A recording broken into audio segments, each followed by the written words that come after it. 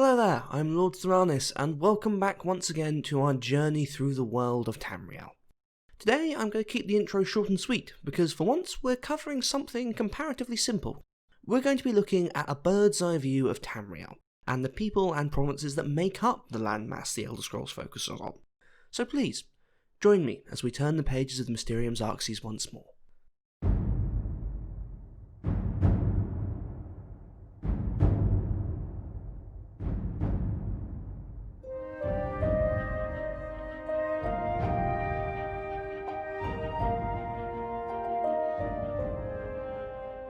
Tamriel as a whole has a history far too extensive for me to hope to cover in 10 videos, let alone one.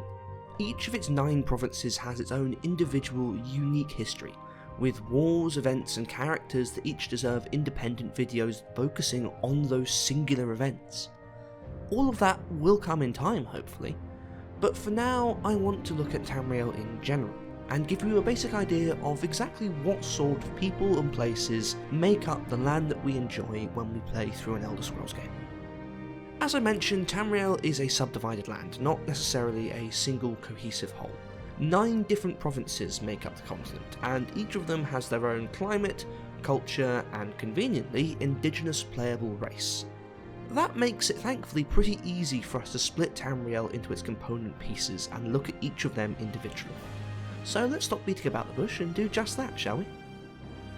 I'm a sucker for clockwise rotational listings, so I've started with the northernmost province of Tamriel, Skyrim. Skyrim is a cold, hard land, one that evidently takes more than just a page from the book of Scandinavian history.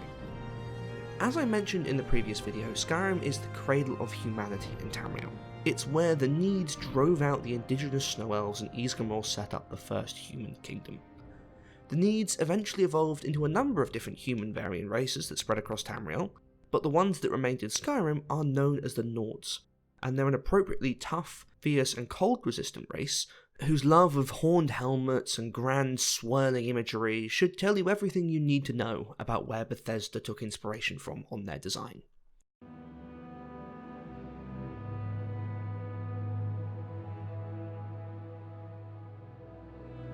Morrowind, Skyrim's eastern neighbour, is perhaps the biggest example of Tamriel's disregard for any sense of geographical or cultural continuity. Where Skyrim is cold and icy, Morrowind's a land of heat and ash. Where Skyrim has a landscape of familiar Nordic patterns and mountains, Morrowind is completely alien, covered in giant mushrooms and other such things, and with creatures that look like they could have walked out of an H.R. Geiger piece. It even applies to their signature landmarks. Skyrim has the Throat of the World, the tallest peak in Tamriel, but Morrowind is known for the Red Mountain, a great volcano. The dichotomy also applies to the people. The Mesopotamian-inspired, flame-touched, ancestry-defined Dunmer are very much a far cry from the Nordic humanity of their neighbours. Morrowind is a much more outwardly civilised place. It had a fully functioning system of government and bureaucracy through its great houses, centuries before Tiber Septim united Tamriel under his empire, with all the unpleasantness that comes with such a system. Morrowind's actually the only place in Tamriel where you can legally hire an assassin, which probably says everything you need to know about the deadly, decadent and often destructive nature of politics in Morrowind. Of course, the Dunmer wouldn't have it any other way.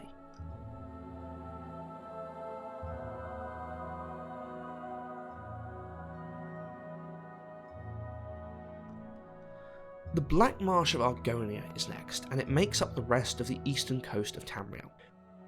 Black Marsh is a description as much as it is a name. The province combines rainforest and jungle-like terrain into one great, wet, soupy swamp with mud, insects and diseases galore. It's an environment that's perfectly suited for the disease-resistant, water-breathing Argonians to thrive in, and that's no coincidence. Black Marsh is home to arguably the oldest beings on Nirn, the Hist.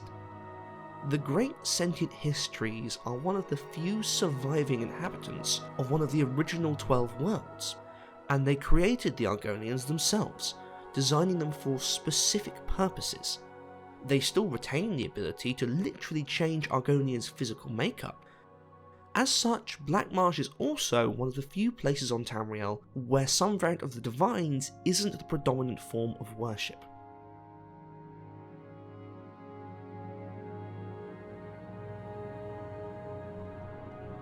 Jumping over Cyrodiil for the moment, which we'll come to in a bit, we next come to the combined desert and jungle province of Elsweyr, far from the concerns of men and mare, which is fitting, given it's the home of a race that's generally seen to be the earliest inhabitants of Tamriel.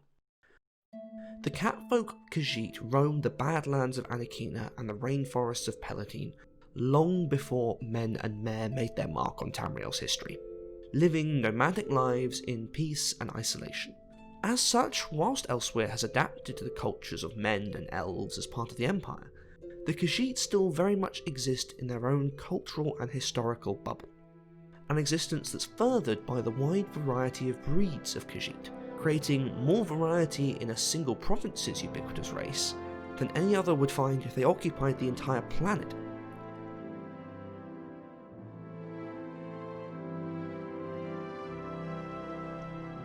To the western side of Elsweyr, we come to the second of Tamriel's dominant elven provinces, the lush forest of Valenwood.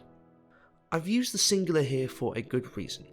Valenwood is almost entirely a single great forest, stretching far and wide and home to wild creatures and animal spirits in many different forms. Practically everything is alive in Valenwood, even the trees themselves. Valenwood is known for great moving tree cities that straddle the branches of the great trunks that make their way across the province. Valenwood's native race are the Bosmer, or Wood Elves, a race of small, nimble mare who live in as close to true harmony with nature as they can possibly get. Bosmer also have one of the more unique cultural foibles of the races of the Elder Scrolls. They only eat meat. The Bosmer's reverence for nature and the associated god Ifre means that they hold to the Green Pact, which strictly forbids them from ever harming anything nature creates, even for them just to survive. As such, they live a strictly carnivorous life, and some Bosmer tribes, especially ones further back in history, were even known to eat their dead, thereby avoiding any potential harm at all to nature that the bodies might cause.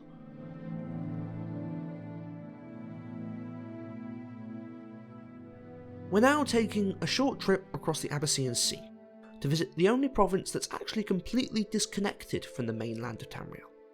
The Summerset Isles, which consists of the eponymous mainland mass, the smaller island of Oredan, and various other islands dotted around, are a land of breathtaking beauty and impossible sights, the sort that can only really be achieved by a culture deeply steeped in magic.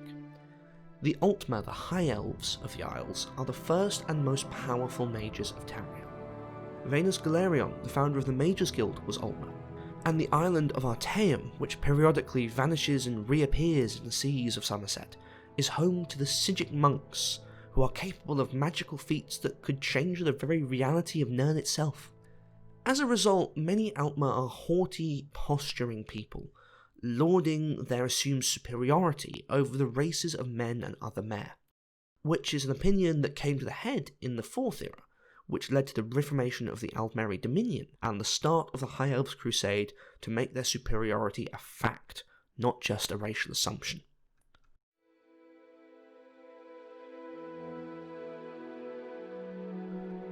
Now we enter the final third of Tamriel's provinces, and we come to the land of Hammerfell. Like northern Elsweyr, Hammerfell is a land of deserts and badlands, with an appropriately Arabic-inspired culture among its inhabitants. Hammerfell is the home of the Redguards, a race steeped in warrior traditions and martial culture, brought over by their ancestors from the sunken continent of Yakuda. This makes the Redguards the only quote-unquote human culture on Tamriel that's not descended from Nedic stock. The Redguards as a people are steeped in the idea of battle and combat as a refined, graceful concept. The Nords might revere bloody, bludgeoning prowess on the battlefields. The Redguards, though, are concerned with grace, fluidity, and a death that your opponent will never see coming. After all, as Gaiden Shinji, first Blade Master of the arena, says, the best techniques are passed on by the survivors. We've got one last stop before we address the inner lands of Tamriel, and that's High Rock, a verdant yet mountainous land that takes more than a few leaves from the world of medieval Europe.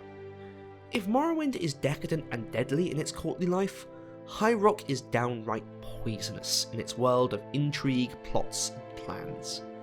The native Bretons, magically proficient humans made from the intermingling of Nidic ancestors and the Aldmer, jockey for power across the region. Merchant princes and true kings butting heads in secret labyrinthine plots as old as the adamantine tower that dominates the region, where Lorcan was brought low and history first began. The barbaric Reachmen raid and pillage, seeking to bring High Rock down to the earliest days of men once more, whilst the orcs of Orsinium are sacked and rebuilt time and time again, eternally hoping to earn recognition as Tamriel's 10th province, and provide a true home for that outcast race.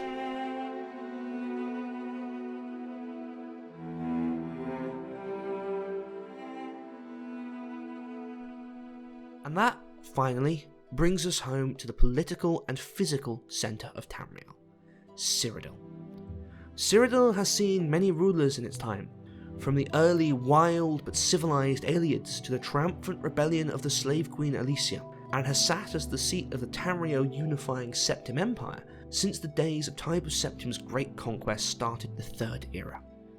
Cyrodiil's native Imperials are far less unique than other human races, but in many ways they don't need to be.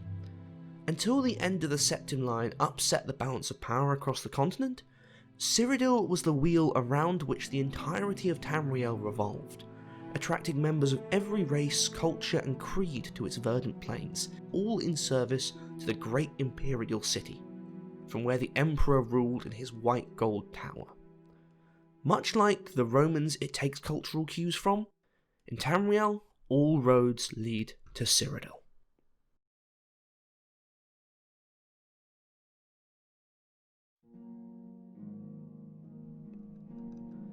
I don't really have a denouement for this episode in the same way as normal, except perhaps to say this.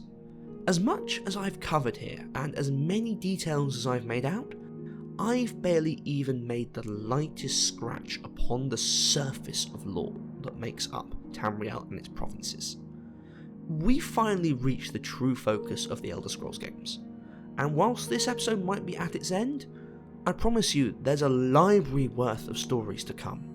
We'll be starting with a more detailed look at each of those 9 provinces. If you've enjoyed the video, please give it a like and subscribe to the channel. It's very much appreciated. Until next time, thank you very much for listening, and I will see you soon.